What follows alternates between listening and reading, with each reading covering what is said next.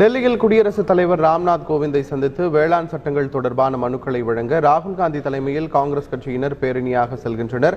இது குறித்த கூடுதல் விவரங்களை செய்தியாளர் ராஜாவிடம் கேட்கலாம். ராஜா, அந்த பகுதியில் 144 தடை உத்தரவு போடப்பட்டிருப்பதா சொல்லியிருந்தீங்க. இப்போ பேரணியா செல்றதுக்கு காவல்துறை அனுமதி வழங்கியிருக்கிறாங்களா? கூடுதல் விவரங்கள் என்ன? வணக்கம். சில நாட்களுக்கு முன்பு காங்கிரஸ் கட்சியின் பொதுச் செயலாளர் KC வேணுகோபால் ஒரு அறிக்கை ஒன்றை வெளியிட்டிருந்தார். அதாவது விவசாயிகளிலிருந்து கையெழுத்து வாங்கி 2 கோடி கையொப்பு நகல்களை குடியரசுத் தலைவர் ராம்நாத் கோவிந்தை சந்தித்து இந்த 3 வேளாண் சட்டங்களை திரும்ப பெற வலியுறுத்தி நாங்கள் அதை கொடுக்க இருக்கிறோம். ராகுல் காந்தி தலைமையில் நாடாளுமன்ற உறுப்பினர்கள், மக்களவை மற்றும் மாநிலவை, அதுபோக காங்கிரஸ் மூத்த தலைவர்கள் எல்லாம் இதில் பங்கேற்பார்கள் என தெரிவித்திருந்தார்கள். சற்று முன்பு இதற்கான பேரணி காங்கிரஸ் கட்சி தலைமை அலுவலகத்திலிருந்து தொடங்கியுள்ளார்கள். இன்னும் அவர்கள் இந்த குடியரசுத் தலைவர் மாளிகைக்கு அருகே உள்ள இந்த விஜய் சவுக் பகுதிக்கு வரவில்லை.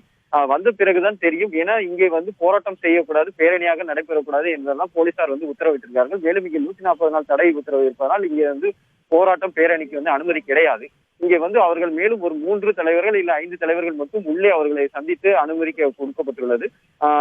ஒருவேளை அவர்கள் இந்த பேரணியாக வந்துவிட்டு இங்கே வாகனத்தை நிறுத்திவிட்டு 5 தலைவர்கள் மட்டும் உள்ளே சென்று பார்ப்பார்கள் என தெரிகிறது.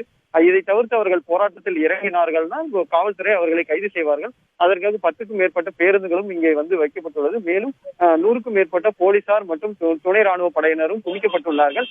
அதே போல் குடியரசுத் தலைவர் மாளிகையில் உள்ள எல்லை அந்த என்ட்ரன்ஸ் நுழைவாயில் பேரிகார்டு முழுவதும் அமைக்கப்பட்டு உள்ள யாரும் போராட்டம் செய்பவர்கள் யாரும் உள்ள அனுமதிக்கப்படாத வகையில் இங்கே பாதுகாப்பு பலத்த பாதுகாப்பு போடப்பட்டுள்ளது. ராஜா, இப்போ குடியரசுத் தலைவரை காங்கிரஸ் முக்கிய தலைவர்கள் யாரெல்லாம் சந்திப்பாங்க, அந்த விஷயம் முடிவு செய்யப்பட்டிருக்கா?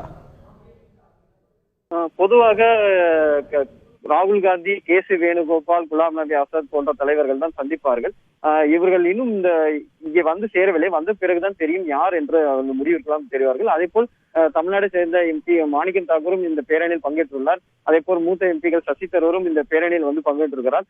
இப்போது அவர்கள் அமைதி பேரணியாக கட்சி தலைமை அலுவலகத்தில் நடந்து வருகிறார்கள். அங்கே போலீஸ் பாதுகாப்பு போடப்பட்டுள்ளது. ஏற்கனவே அங்கே இந்த அதிக அளவில் கூட்டம் கூடக்கூடாது, அப்படி கூட்டம் கூடினால் அங்கே நாங்கள் 140 நாள் தடை உத்தரவு பிறப்பிக்கும் என்று போலீசார் தரப்பு தெரிவிக்கப்பட்டுள்ளது. ஆனால் அங்கே கட்சி தலைமை அலுவலகத்தில் வெளியே ஒரு பரபரப்பாக பார்க்கப்படுகிறது.